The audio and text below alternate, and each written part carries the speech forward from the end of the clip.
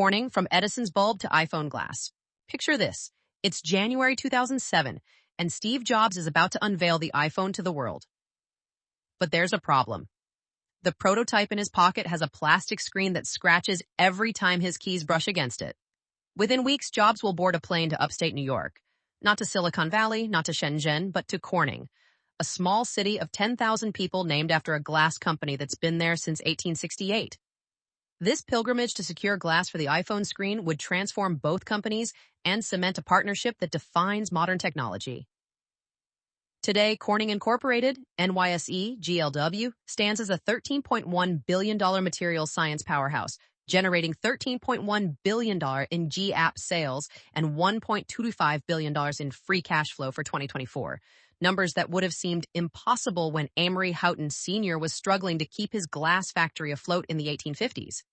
This is the story of how a company that started making signal lanterns for railroads became the invisible backbone of the digital age, from the fiber optic cables carrying your Netflix stream to the Gorilla Glass protecting your smartphone screen. The question that fascinates investors and technologists alike: how did a 173-year-old glass company from a small upstate New York town repeatedly reinvent itself at the bleeding edge of technology? The answer lies not in Silicon Valley-style disruption, but in something far rarer: a century-and-a-half commitment to fundamental material science that positioned Corning to solve problems before industries even knew they had them. Our journey through Corning's evolution reveals a company that has survived and thrived through multiple technological revolutions.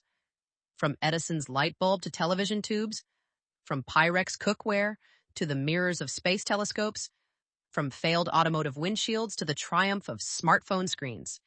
Each pivot tells us something essential about long-term value creation in technology. Sometimes your biggest failures become the foundation for your greatest successes, but only if you have the patience and scientific depth to wait for the world to catch up. The year was 1851, and Amory Houghton Sr. was about to make a decision that would echo through American industrial history. In Somerville, Massachusetts, he founded what would initially be called Bay State Glass Co., a modest operation in an industry crowded with competitors, all making essentially the same products. Glass manufacturing in mid-19th century America was a brutal business, capital-intensive, technologically primitive, and dominated by craftsmen whose knowledge was more art than science. But Houghton had something different in mind. While his competitors focused on volume and price, he became obsessed with a radical idea. What if glass wasn't just a commodity, but a technology? This philosophical shift would define not just his company, but his family's legacy for the next century and a half. The early years were anything but smooth.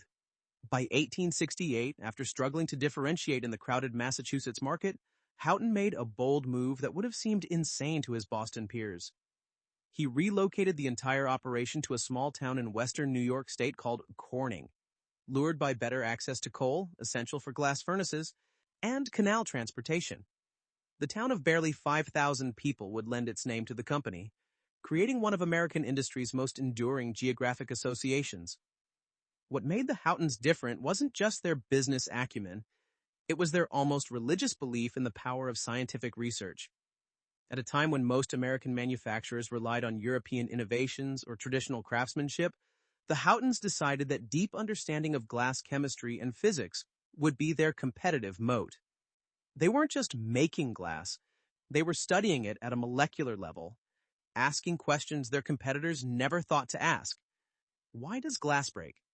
How can we change its thermal properties? What happens when we add different elements to the silica mixture? This scientific orientation wasn't just corporate strategy, it was family DNA. When Amory Houghton Jr. took over leadership, he doubled down on his father's vision, institutionalizing research and development at a time when the very concept was foreign to most American companies. The Houghtons saw themselves as stewards of something larger than quarterly profits. They were building a scientific enterprise that could outlast economic cycles and technological disruptions. The family's influence would persist well into the modern era. James R. Houghton, great-great-grandson of the founder, served as chairman from 2001 to 2007, maintaining the family's presence in leadership long after most founding families had cashed out or been diluted into irrelevance. Even as Houghton family ownership declined to about 2% by the 21st century, Their cultural impact remained embedded in Corning's DNA, a commitment to patient capital, fundamental research, and the belief that understanding materials at their most basic level was the key to solving humanity's practical problems. This foundation, geographic stability, scientific depth, and multi-generational thinking, would prove crucial as Corning entered the age of electricity and faced its first defining moment. A visit from a young inventor named Thomas Edison. The scene must have been extraordinary. Thomas Edison, already famous at 32 but still hungry to change the world, arriving in Corning in 1879 with a problem that had stumped glassmakers across the Northeast. His incandescent lamp, the invention that would literally light the world, needed a glass bulb unlike anything in commercial production. Not just any glass would do. Edison needed an enclosure strong enough to withstand the heat of the glowing filament, clear enough to transmit light efficiently, and reliable enough to be mass-produced by the millions. Edison had already been turned away by several established glass companies who deemed his requirements impossible or impractical. But when he explained his vision to the team at Corning, he found something different. Scientists who understood not just how to make glass, but why glass behaved the way it did. Within months, Corning had developed a bulb that met Edison's exacting specifications. By 1880, Edison designated Corning as his sole supplier, a partnership that would transform both companies. The real revolution, however, came not from the initial invention, but from Corning's approach to manufacturing it. In the early days, skilled glassblowers could produce perhaps 200 bulbs per day, far too few for Edison's ambitions to electrify America. Enter William Woods, a former glassblower himself, who understood both the craft and its limitations. Working with engineer David E. Gray, Woods developed what they called the ribbon machine, a continuous production system that could manufacture 400,000 bulb blanks in 24 hours, roughly 5 times the output of traditional methods. This wasn't just incremental improvement, it was a complete reimagining of how glass products could be made. By 1908, these glass envelopes accounted for half of Corning's entire business. The ribbon machine's principles would later be adapted in 1933 to manufacture radio bulbs, driving down the price of radio sets so dramatically that they became accessible to ordinary American families. Corning had discovered something profound. Innovation in manufacturing could be just as transformative as innovation in materials. But perhaps no early innovation better exemplified Corning's scientific approach than their solution to a deadly problem plaguing America's railroads. At the turn of the 20th century, the nation's rapidly expanding rail network faced a terrifying issue. Signal lantern globes would spontaneously shatter due to thermal shock when cold glass was suddenly exposed to flame.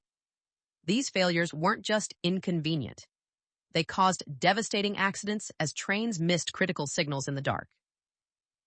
Corning scientists William Churchill and George Hollister attacked the problem at its root, developing a new glass formulation they called non-X, short for non-expansion.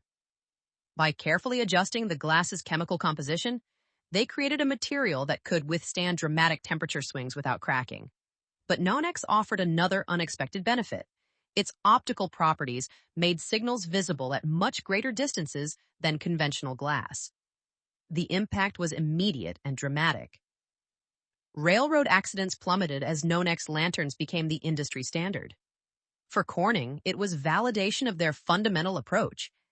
Deep scientific understanding could solve real-world problems in ways that mere tinkering never could.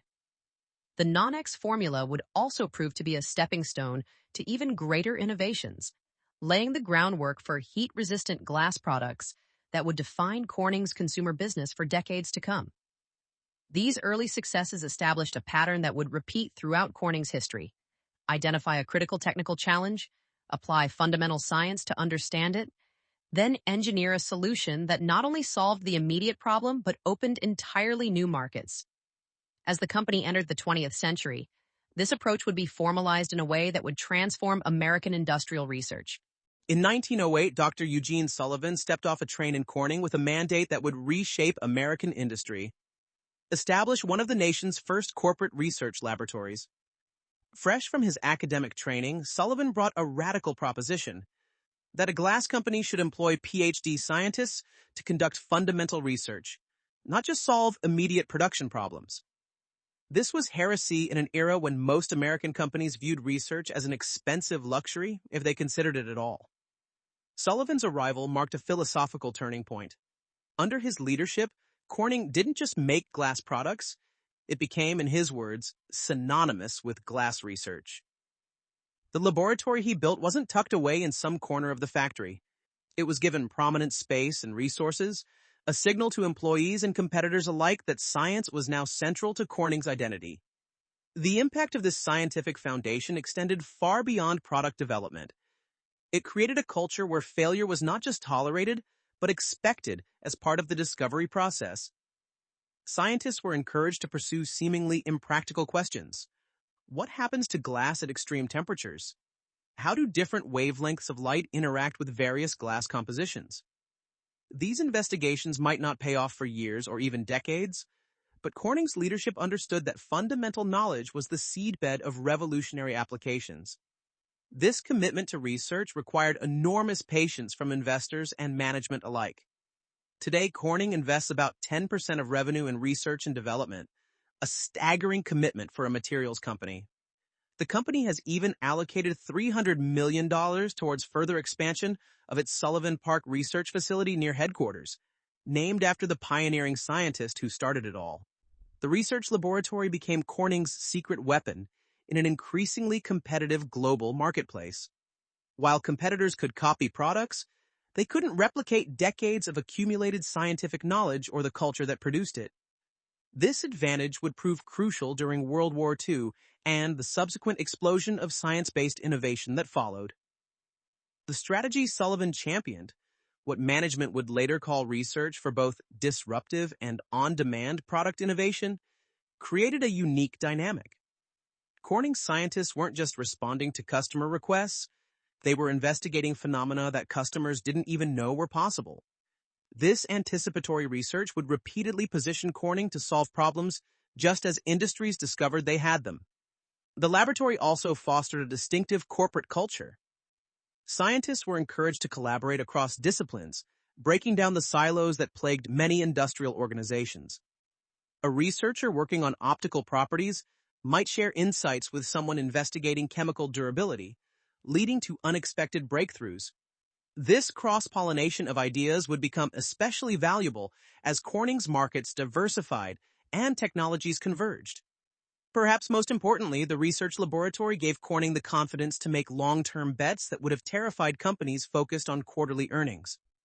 When a research project failed to yield immediate commercial results, the knowledge gained wasn't discarded, it was cataloged, studied, and often resurrected years later, when the market finally caught up to the science. This patient approach to innovation would prove prescient time and again, turning yesterday's failures into tomorrow's breakthroughs. The story of Pyrex begins not in a laboratory, but in a kitchen, with a broken casserole dish and an annoyed housewife. In 1913, Bessie Littleton's ceramic baking dish had cracked in the oven. Again, her husband, physicist Dr. Jesse Littleton, had recently joined Corning to investigate new applications for heat-resistant glass. When Bessie complained about her latest kitchen casualty, Jesse had an idea that would launch a billion-dollar business. He brought home the sawed-off bottoms of 2 battery jars made from Corning's new borosilicate glass. Hardly elegant kitchenware, but Bessie didn't care about aesthetics. She baked a sponge cake in one makeshift dish, then grew bolder, using them for steaks and French fries. The glass performed flawlessly, withstanding temperature swings that would shatter ordinary glass. Bessie had become the world's first beta tester for what would become Pyrex. The 1915 launch of Pyrex represented something unprecedented. The first ever consumer cooking products made with temperature-resistant glass. But Corning's scientists understood they weren't just selling cookware, they were challenging centuries of kitchen tradition. Housewives who had always used metal and ceramic needed to be convinced that glass could be trusted with their family meals. The solution was brilliantly simple. Make the material's strength visible. Early Pyrex advertisements featured dramatic demonstrations of dishes being moved directly from freezer to oven, something that would destroy conventional materials. The Pyrex formula itself was a masterpiece of material science, building on the Non-X technology developed for railroad lanterns, but optimized for a completely different use case. The borosilicate glass could withstand temperature differentials of 300 degrees Fahrenheit, but it also needed to be clear enough for cooks to monitor their food, easy to clean, and resistant to the acids and bases found in food. Each requirement demanded careful chemical balance. Too much boron, and the glass became difficult to form. Too little, and it lost its thermal resistance. 4 decades later, Corning would stumble upon another kitchen revolution through pure serendipity.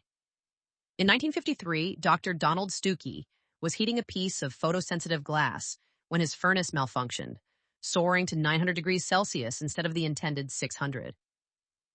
Expecting to find a puddle of molten glass, Stuckey instead discovered something extraordinary. The glass had turned milky white but maintained its shape perfectly. When he accidentally knocked it off the bench instead of shattering, it bounced. Stuckey had inadvertently created a new class of materials, glass ceramics.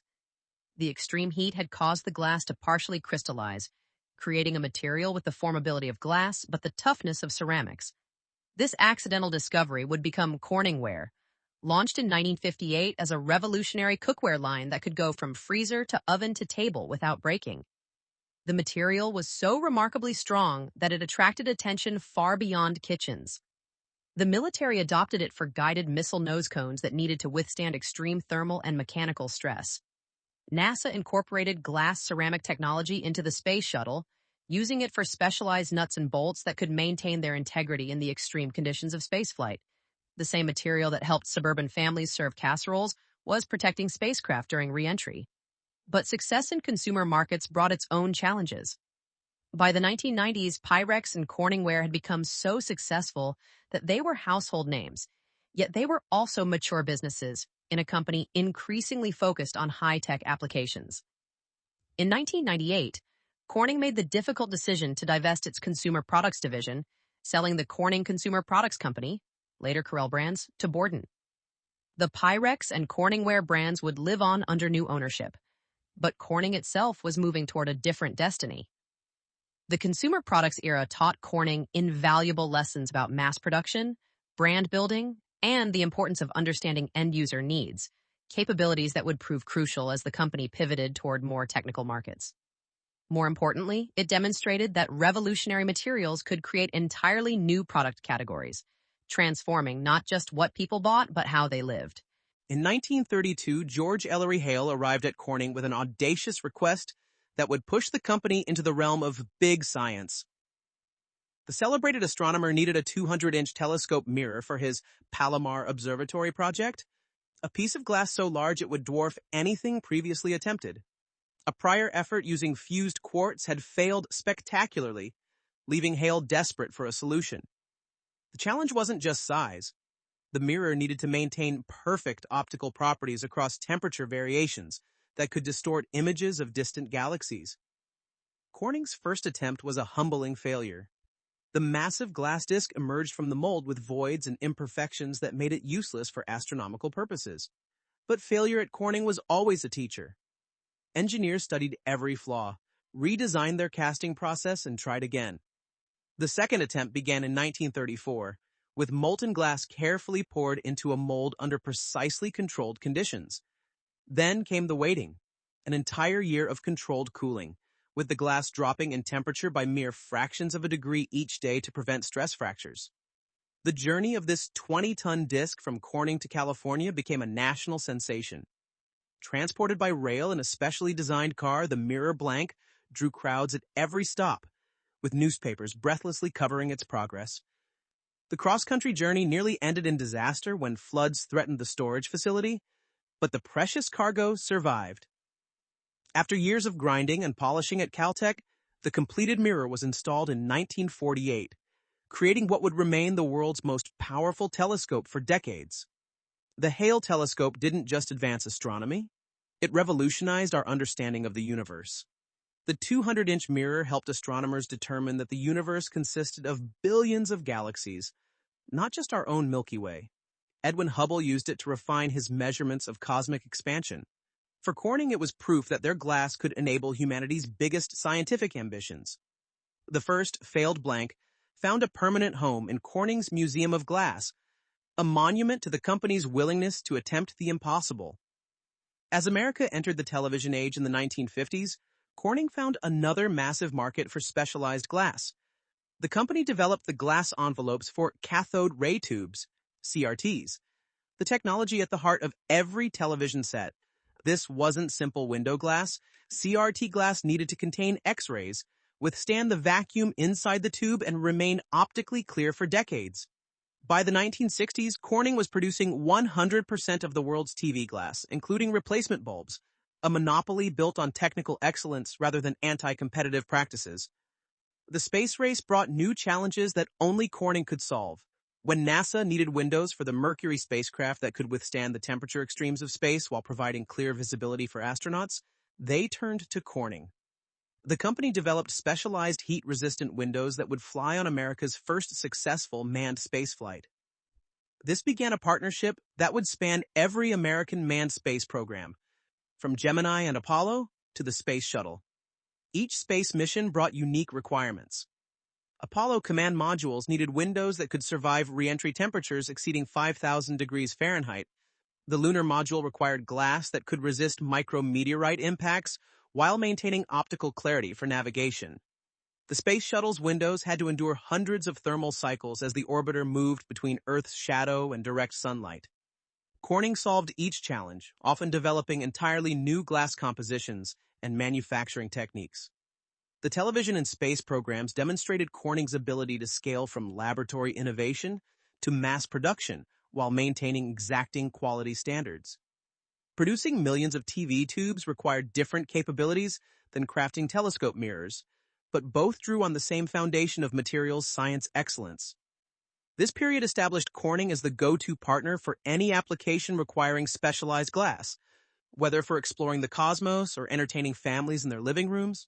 The date was September 1970, and 3 Corning scientists were about to announce a breakthrough that would fundamentally rewire the global economy. Robert Maurer, Donald Keck, and Peter Schultz had been working in near secrecy on a problem that many thought impossible: creating glass pure enough to carry light signals over meaningful distances. Their achievement, an optical fiber with just 17 decibels of signal loss per kilometer, shattered the theoretical barrier that telecommunications experts believed would keep fiber optics forever confined to short-distance applications. To understand the magnitude of this breakthrough, consider that previous attempts at optical fiber lost 99% of light signals within just 20 meters. Maurer's team had created glass so pure that if the ocean were made of it, you could see the bottom of the Mariana Trench. They achieved this by developing an entirely new manufacturing process called vapor deposition, where ultra-pure silicon and germanium compounds were deposited layer by layer to create a glass fiber with a refractive index gradient that kept light signals focused as they traveled. Within a few years, the team had reduced signal loss to just 4 dB/km using germanium oxide as the core dopant, well below the 20 dB/km threshold needed for practical telecommunications. This wasn't just an incremental improvement. It was a revolution that would make possible the internet age. For this achievement, Maurer, Keck, and Schultz would be inducted into the National Inventors Hall of Fame in 1993 and receive the 2000 National Medal of Technology. Corning quickly became the world's leading manufacturer of optical fiber, but the path to commercial success was anything but smooth. Through the 1970s and 1980s, the company poured billions into fiber optic development, while telecommunications companies slowly adopted the technology. The patience required was extraordinary. It took nearly 2 decades from invention to widespread deployment. But when the internet boom arrived in the 1990s, Corning was perfectly positioned.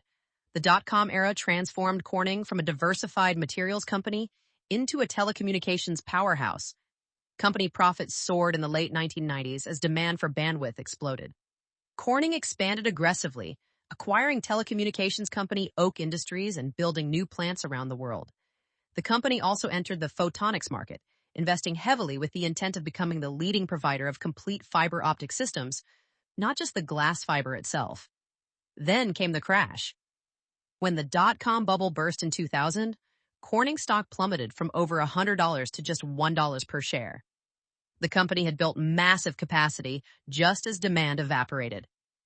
telecommunications companies canceled orders, leaving Corning with empty factories and crushing debt. It was the company's darkest hour since the Great Depression. Critics questioned whether Corning's bet on fiber optics had been a fatal error. But Corning's leadership understood something the market didn't. The information age wasn't ending, it was just beginning.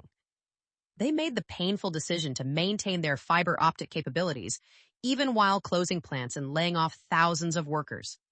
By 2007, the company had posted 5 straight years of improving financial performance as bandwidth demand resumed its inexorable growth. Today, Corning's optical fiber carries a significant portion of the world's internet traffic. The optical communications segment saw a 51% year-over-year sales increase in the fourth quarter of 2024, driven by strong demand for Gen AI products. The company has continued to innovate, developing specialized fibers for 5G networks and data centers powering artificial intelligence applications. What started as 3 scientists working with tubes and flames has become the physical backbone of the digital economy. The fiber optic story encapsulates everything that makes Corning unique: the willingness to invest in seemingly impossible research, the patience to wait decades for markets to develop, and the courage to maintain capabilities through devastating downturns. It also demonstrates why Corning's approach to innovation, rooted in fundamental materials, science rather than quick applications, creates lasting value even when markets temporarily lose faith. Sometimes in business, being too early is indistinguishable from being wrong. No story better illustrates this principle than Corning's ChemCore, a revolutionary strengthened glass that failed spectacularly in the 1960s, only to become the foundation of a multi-billion-dollar business 4 decades later. In 1962, Corning scientists developed ChemCore using a novel ion exchange process. By bathing specially formulated glass in molten potassium salt, they could replace smaller sodium ions on the glass surface with larger potassium ions, creating a layer of compressive stress that made the glass remarkably resistant to breakage. When ChemCore did break, it crumbled into small, relatively harmless granules rather than dangerous shards, perfect for automotive safety applications. The automotive industry seemed like an obvious market. Car manufacturers were under increasing pressure to improve vehicle safety, and ChemCore offered a windshield that was thinner, lighter, and safer than existing laminated glass. Corning invested heavily in production capacity, confident they were about to transform automotive glass just as they had transformed cookware and television tubes. The initial reception was promising. In 1968, Chrysler installed ChemCore as side glass in a limited run of Plymouth Barracudas and Dodge Darts. The real test came in 1970 when American Motors Corporation, AMC, featured ChemCore windshields in their Javelin and AMX models. The glass performed beautifully. It was stronger, lighter, and safer than conventional windshields. But Corning had misread the market dynamics completely. Without mandatory safety standards requiring improved windshield performance, the larger automakers had no incentive to switch from cheaper laminated glass. ChemCore cost significantly more to produce, and car manufacturers weren't willing to pay the premium for safety features that consumers didn't yet demand. Detroit's big 3 automakers, GM, Ford, and Chrysler, showed little interest in adopting the technology broadly. By 1971, Corning pulled the plug on ChemCore, terminating the automotive glass project in what internal documents called one of the company's biggest and most expensive failures. The specialized manufacturing equipment was mothballed, the patents filed away, and the team dispersed to other projects. It seemed like another cautionary tale of innovation running ahead of market readiness. But Corning did something crucial. They didn't destroy the knowledge. The ion exchange process, the chemical formulations, the manufacturing techniques, all were carefully documented and preserved. Some of the scientists who worked on ChemCore continued refining the underlying technology for other applications. The fusion overflow process, developed by Corning scientists Stuart Docherty and Clint Shea to produce perfectly flat glass, found new life in manufacturing LCD glass substrates. This fusion process was particularly elegant. Molten glass would flow over both sides of a specially designed trough, meeting and fusing at the bottom to form a single sheet with pristine surfaces that never touched manufacturing equipment. While originally intended for automotive glass, this technique would prove perfect for the ultra-flat glass needed in liquid crystal displays, becoming the foundation of Corning's LCD business in the 1990s. The Chemcore failure also taught Corning valuable lessons about market timing and customer development. Technical superiority alone wasn't enough. You needed either regulatory mandates or clear consumer demand to drive adoption of premium materials. The company learned to work more closely with customers during development, ensuring that innovations aligned with real market needs and economic realities. Most importantly, Chemcore demonstrated the value of patient capital and preserved capabilities.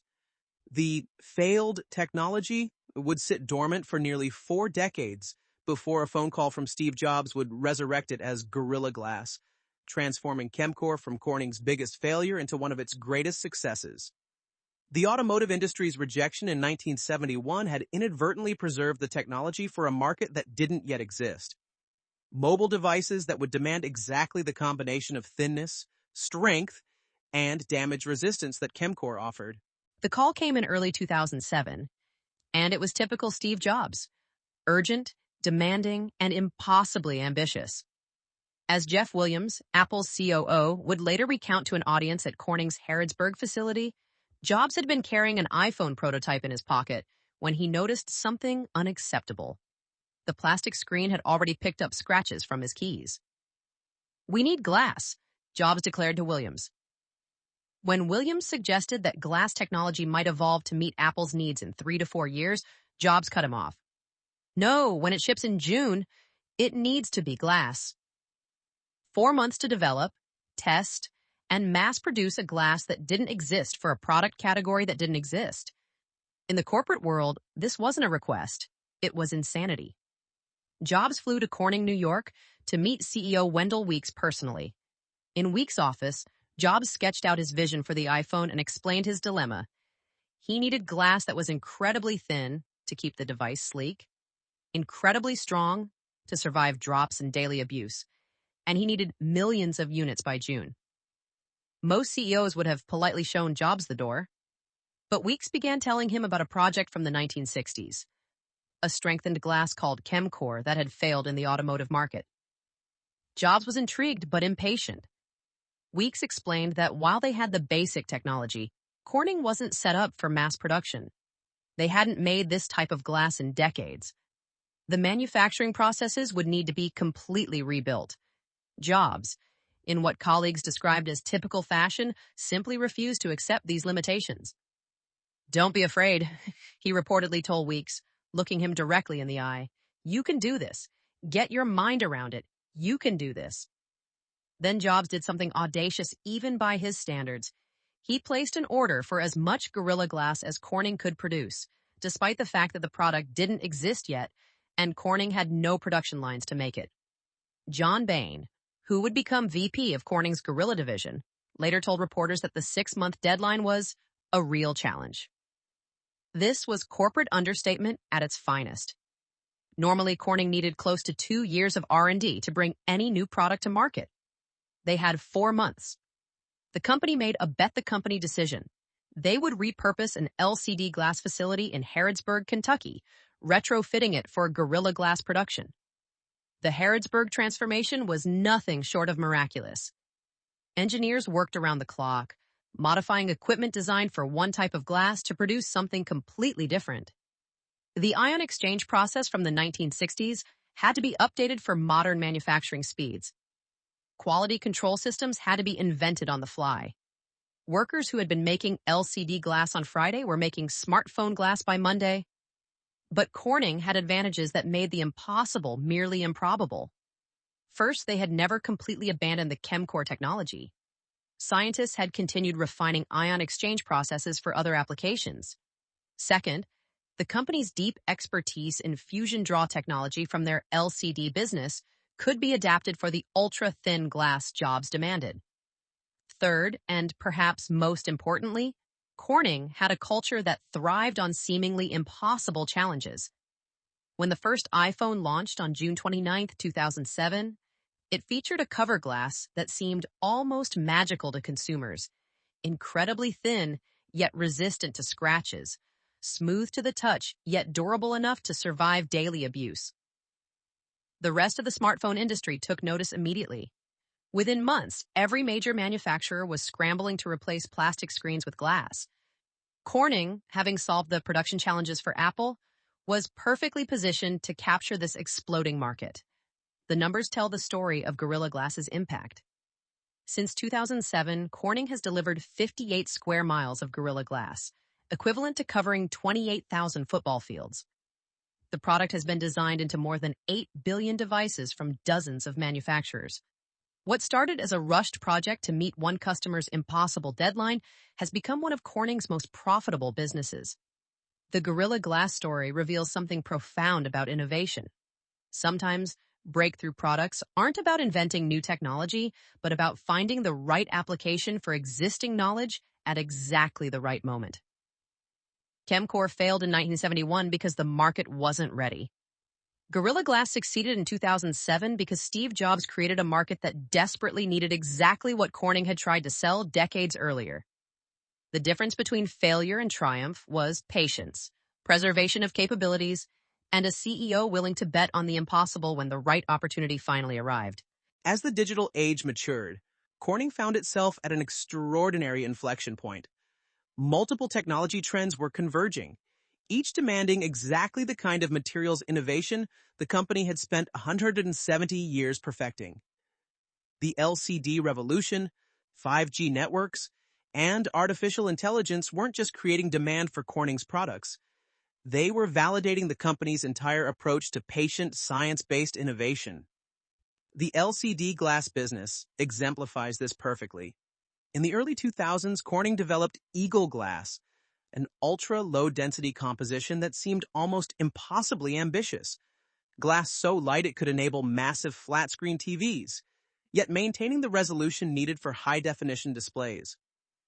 The fusion overflow process, originally developed for that failed automotive glass project, proved perfect for creating the pristine surfaces LCD manufacturers required. By the mid-2010s, Corning was producing glass substrates as large as garage doors yet only 0.5 millimeter thick, sheets so perfect that a single particle of dust could ruin an entire panel. The optical communications segment has become Corning's crown jewel, with sales jumping 51% year-over-year to $1.37 billion in Q4 2024. This explosive growth isn't just about traditional internet infrastructure. It's being driven by humanity's insatiable appetite for artificial intelligence. Every ChatGPT query, every AI-generated image, every autonomous vehicle calculation requires data to move at light speed through Corning's glass fibers. The AI revolution has created demand that even Corning's optimistic projections didn't anticipate. In Q3 2024, the enterprise portion of optical communications grew 55% year-over-year, driven by new optical connectivity products for generative AI. Data centers are being redesigned around optical interconnects, with Corning's fibers carrying information between servers, between racks, and even between chips. The company that once made telegraph insulators is now enabling the neural networks that might define humanity's future. What's particularly striking about Corning's modern portfolio is how technologies developed decades apart are suddenly converging. The expertise in thin glass from the LCD business enables better smartphone displays.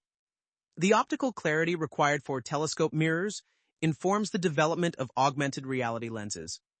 The durability testing from Pyrex cookware helps create automotive displays that can withstand decades of temperature extremes. Third quarter 2024 core sales grew 8% to $3.73 billion, with core EPS growing 20%, more than double the rate of sales, to 0.54, with core operating margin expanding 160 basis points to 18.3%. These aren't just financial metrics. They're validation of a business model that prioritizes deep technical capabilities over quick wins. The company's Springboard plan, announced in 2024, aims to add more than $3 billion in annualized sales and achieve operating margin of 20% by the end of 2026. Based on early success, management plans to upgrade these targets, suggesting the convergence of AI, 5G, and other technologies is creating even more demand than anticipated. Looking at segment performance, the breadth of Corning's reach becomes clear. Display technology sales hit $971 million in Q4 2024, up 12% year over year. Specialty materials delivered $515 million, up 9%. Even life sciences, often overlooked in discussions of Corning, generated $250 million in sales, up 3%. Each segment represents decades of accumulated expertise that competitors simply cannot replicate overnight. The modern Corning is essentially running multiple billion-dollar businesses that would each be impressive standalone companies. But the real magic happens at the intersections, when expertise in optical physics help solve problems in display technology, or when manufacturing techniques from one division enable breakthroughs in another. This cross-pollination, institutionalized since Eugene Sullivan established the research laboratory in 1908, continues to drive innovation. Perhaps most remarkably, Corning has achieved this modern success while maintaining the patient, science-first culture established by the Houghton family 170 years ago. In an era of quarterly capitalism and activist investors, Corning still invests 10% of revenue in research and development, still pursues projects that might not pay off for decades, and still believes that understanding materials at their most fundamental level is the key to solving humanity's practical challenges. The company that once helped Edison light the world is now helping humanity process information at the speed of light. From railroad lanterns to AI data centers, from Pyrex casseroles to iPhone screens, Corning's journey demonstrates that sometimes the most valuable companies aren't the ones that move fast and break things, but the ones that move deliberately and make things that don't break. In a world increasingly dependent on advanced materials, Corning's 173-year bet on patient science looks less like corporate conservatism and more like visionary strategy.